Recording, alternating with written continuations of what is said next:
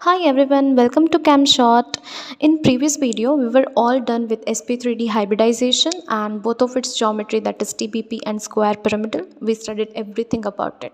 Now we will move forward, and I would remind you that please keep follow up to that topic because it is very important topic in perspective of every chemistry competitive exams, and moreover it is very simple, so you should not skip it. So we will move forward today with sp3d2 hybridization, and we know that as we have p orbital in our hybridization, so we have to select d orbitals which have axial lobes. So we need two orbitals, and we have exactly two orbitals from d orbital which have axial lobes. So here there is no confusion, बहुत ही simple है. हमें पता है कि सिर्फ दो ही D orbital ऐसी है जिसके एक्सियल लोब्स होते हैं. So without any confusion we can conclude that हमारे जो डी ऑर्बिटल होंगे वो डी जेड स्क्वायर होंगे और d x square y square होंगे.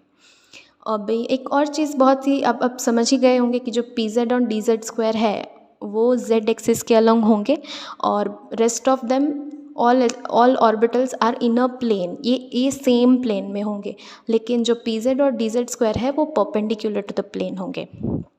ओके तो वो आप यहाँ पे देख सकते हैं कि ये जो चारों बॉन्ड है in a plane, they are formed by this s p and d x square y square orbital. लेकिन ये p z and d z square will make this bond, this perpendicular to the plane. Okay, and let's talk about the angles formed in this geometry.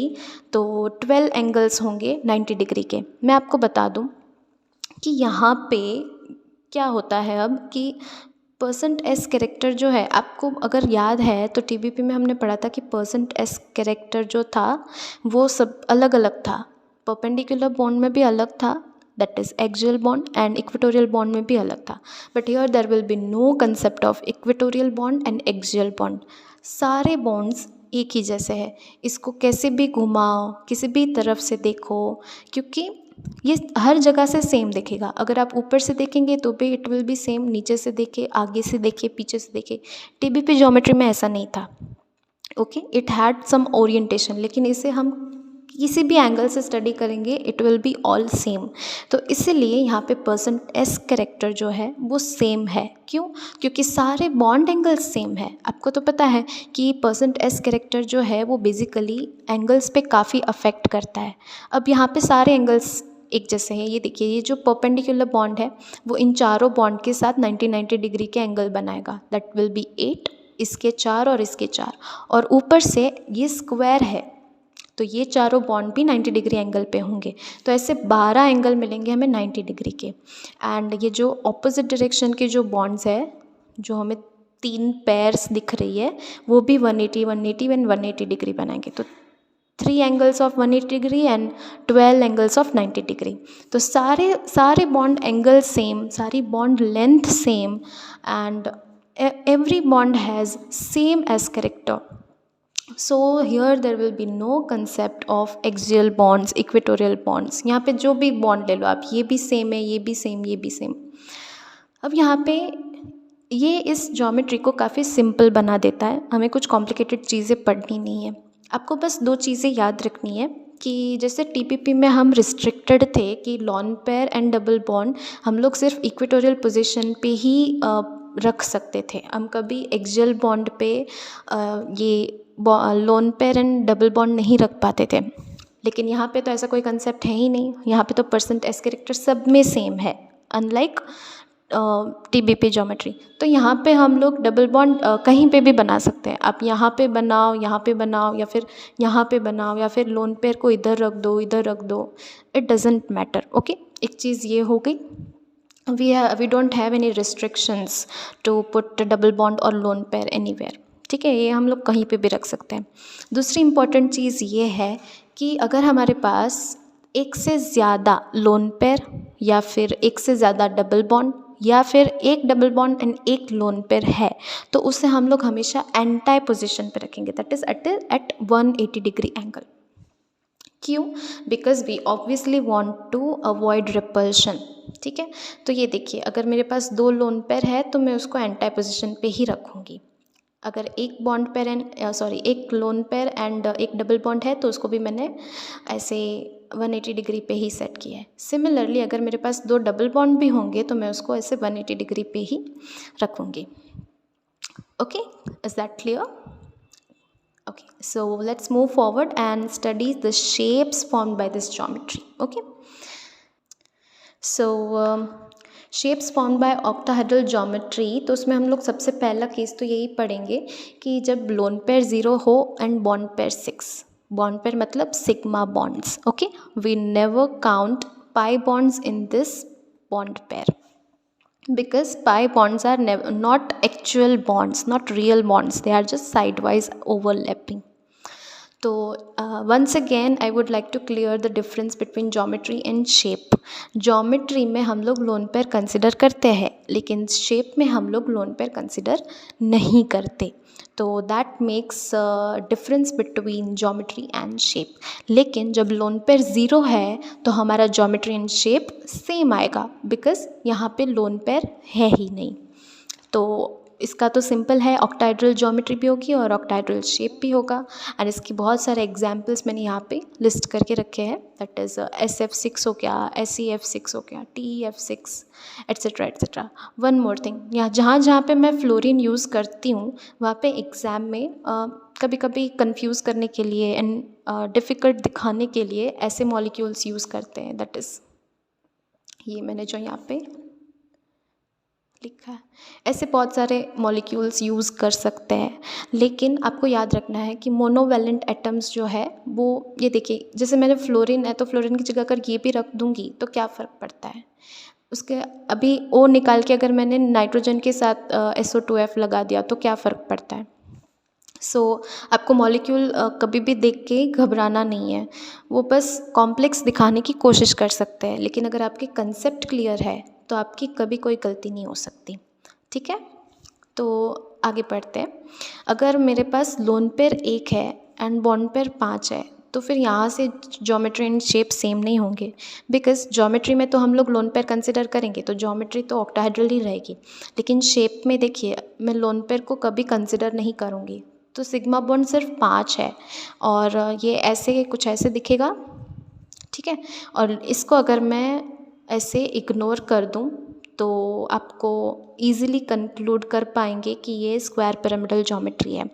लेकिन इसमें और square pyramidal geometry में फ़र्क ये होगा कि ये जो बॉन्ड्स हैं ना ये थोड़े बेंड होंगे। क्यों? क्योंकि ये लोन पेयर जो है उसको रिपल करेगा। हमने जो स्क्वायर पिरामिडल ज्योमेट्री पढ़ी उसमें ऐसा कुछ बेंट नहीं था, पर यहाँ पे ये थोड़ा सा नीचे के तरफ होगा, तो हमें यहाँ पे कोई 90 डिग्री का एंगल भी नहीं मिलेगा और कोई 180 डिग्री का भी एंगल नहीं मिलेगा। तो ये थोड़ी सी डिफरेंट होगी, इसके जो एंगल्स है वो थोड़े कम होंगे, ये बेंट होगा इस लोन पेयर के रिपल्शन की वजह से, लाइक दिस।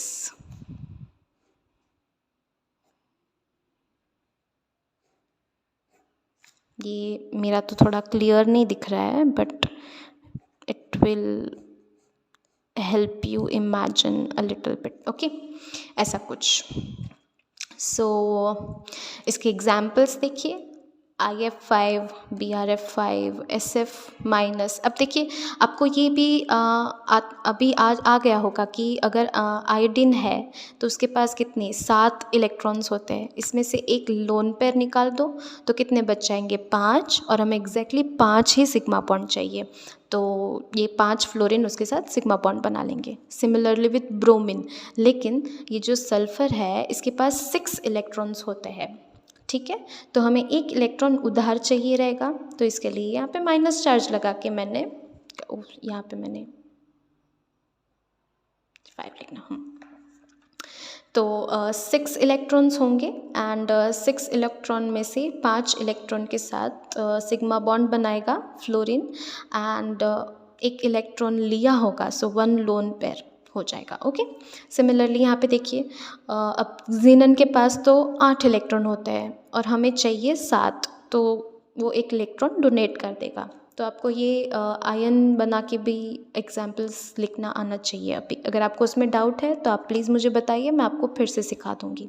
ठीक है, सिमिलरली XeOF4, अब जो O है वो डबल बॉन्ड बनाता है।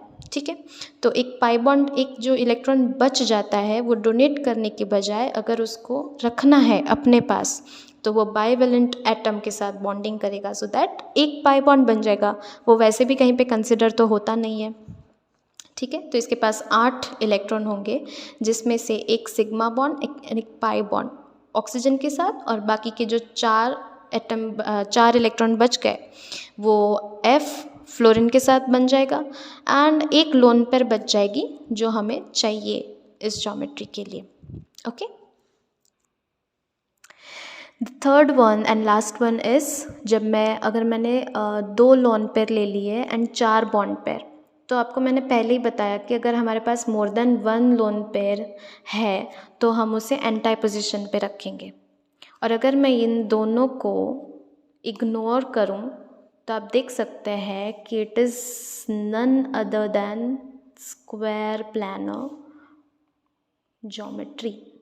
Sorry, pardon me with my drawing. Okay, ये कुछ और नहीं, पर ये बस सिंपली स्क्वायर प्लानर ज्योमेट्री बन के रह जाती है।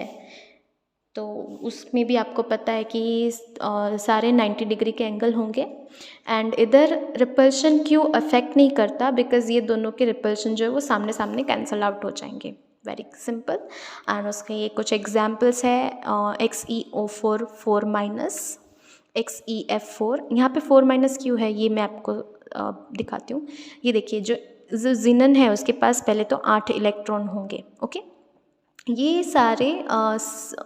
सारे माइनस, ये जो O4 है ना, ये चारों डबल बॉन्ड नहीं बना रहे, ये चारों सिंगल बॉन्ड से जुड़े हुए हैं ऐसे।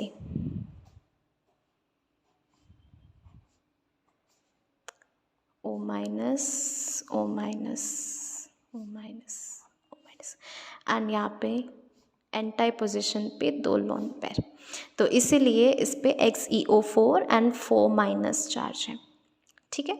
सिमिलरली XeO4 O माइनस के जगह पे फ्लोरीन, और IF4 माइनस, तो इसमें क्या किया है कि देखिए I के पास 7 इलेक्ट्रॉन होते हैं, तो उसमें से 4 के साथ तो फ्लोरीन बॉन्ड बना लेगी और स्क्वायर प्लानर ज्योमेट्री बना लेगी, और हमें 2 लोन पेयर चाहिए, तो 1 इलेक्ट्रॉन कम पड़ेगा ना, 3 इलेक्ट्रॉन बच गए, हमें चाहिए 4, तो 1 इलेक्ट्रॉन वो उधार ले लेगा। Similarly with BrF4 and ClF4 minus, ICl4 minus भी बन सकता है, बट II4 माइनस एग्जिस्ट तो करता है, II4 माइनस ये एग्जिस्ट करता है, बट ये ज्योमेट्री में नहीं, इसकी ज्योमेट्री अलग होती है, इसका फॉर्मेशन भी अलग होता है, इसलिए हम इसको यहाँ पे एग्जाम्पल में इंक्लूड नहीं कर सकते। यहाँ तक मैं ये sp3d2 ज्योमेट्री में तो इतना ही था नहीं, लेकिन एक और चीज़ हमें पढ़नी है, that is perfect octahedral shape, जो हम नेक्स्ट वीडियो में करेंगे। तो स्टे ट्यून्ड, एंड अगर यहाँ तक आपको कहीं पे भी कोई भी डाउट है regarding my content, you can ask me any time, I am always here to help. Thank you.